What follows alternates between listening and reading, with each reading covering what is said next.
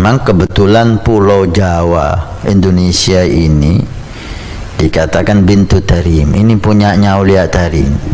Seakan-akan Aulia itu punya kaplingan sendiri.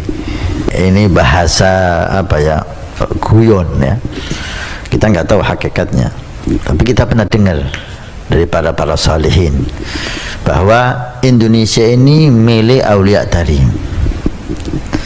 Sehingga ada kalau kita dengar, kita lihat, subhanallah, memang benar, hampir setiap kota di situ ada wali Tarim.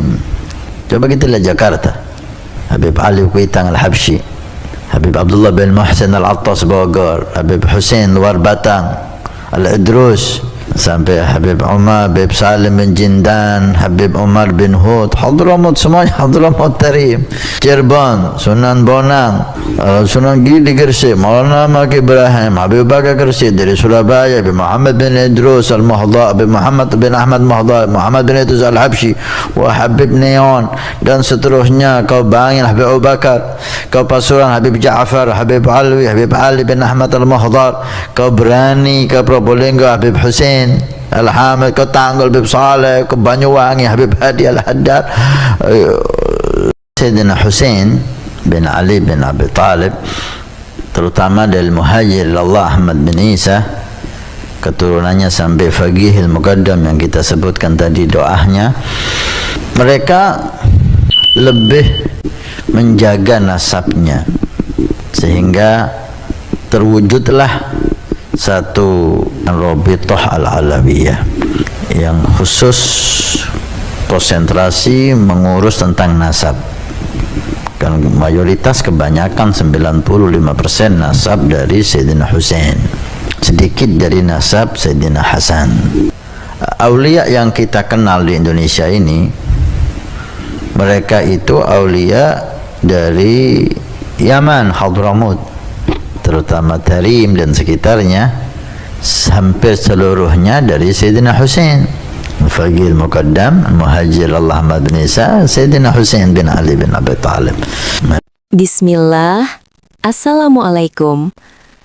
Habib Hasan Ismail ceramah bahwa Indonesia milik Aulia Tarim sangat tidak masuk akal.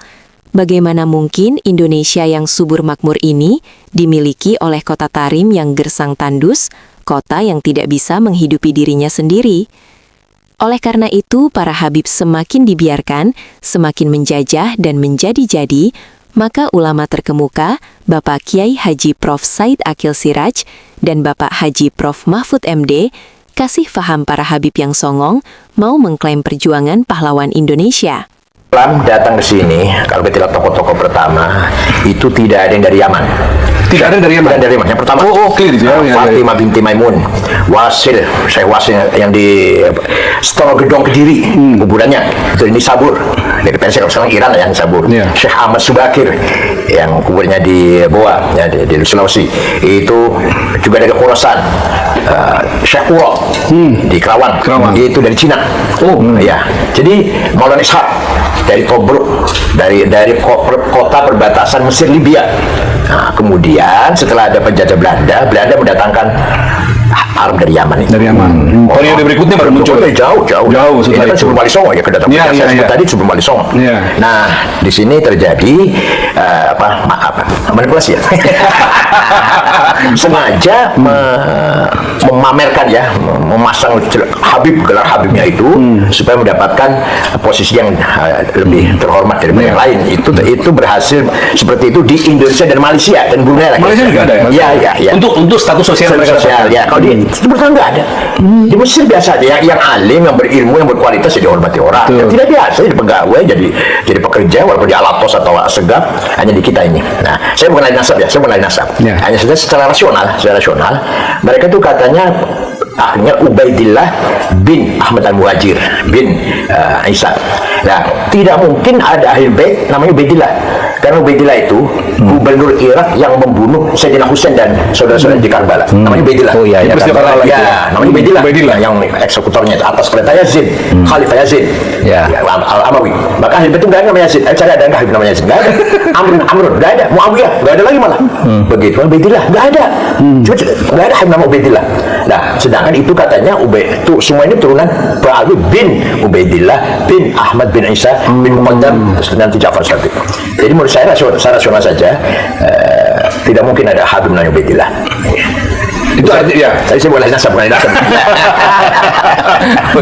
Pak Mahfud juga beberapa kali ditanya soal itu kan. Ya, netizen, saya itu ya bukan ahli nasab juga, tapi saya membaca filologinya Minahim Ali itu jelas ya, nampaknya tidak ada kaitan itu antara apa yang sekarang disebut habaib di Indonesia itu dengan Ali atau dengan Nabi Muhammad apalagi gitu. Tetapi begini, saya tidak peduli itu apakah benar apa tidak, dia ada kaitan. Bagi saya yang menyinggung rasa nasionalisme saya itu ketika pejuang-pejuang kemerdekaan dari nenek moyang kita itu katanya Habib, yang menentukan merdeka tanggal 17 itu Habib.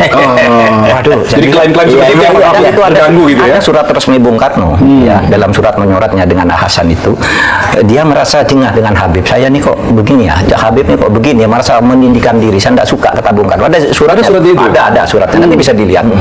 Jadi Bung Karno itu tidak bersahabat dengan Habib. Bahwa mungkin kenal tuh iya. Bahkan sesudah merdeka ketemu lalu di foto-foto itu iya. Gitu. Apalagi memberikan posisi yang lebih tinggi. Iya, ada itu ya. Iya, ada surat menyurat Bung Karno dengan Hasan itu. Saya tidak setuju.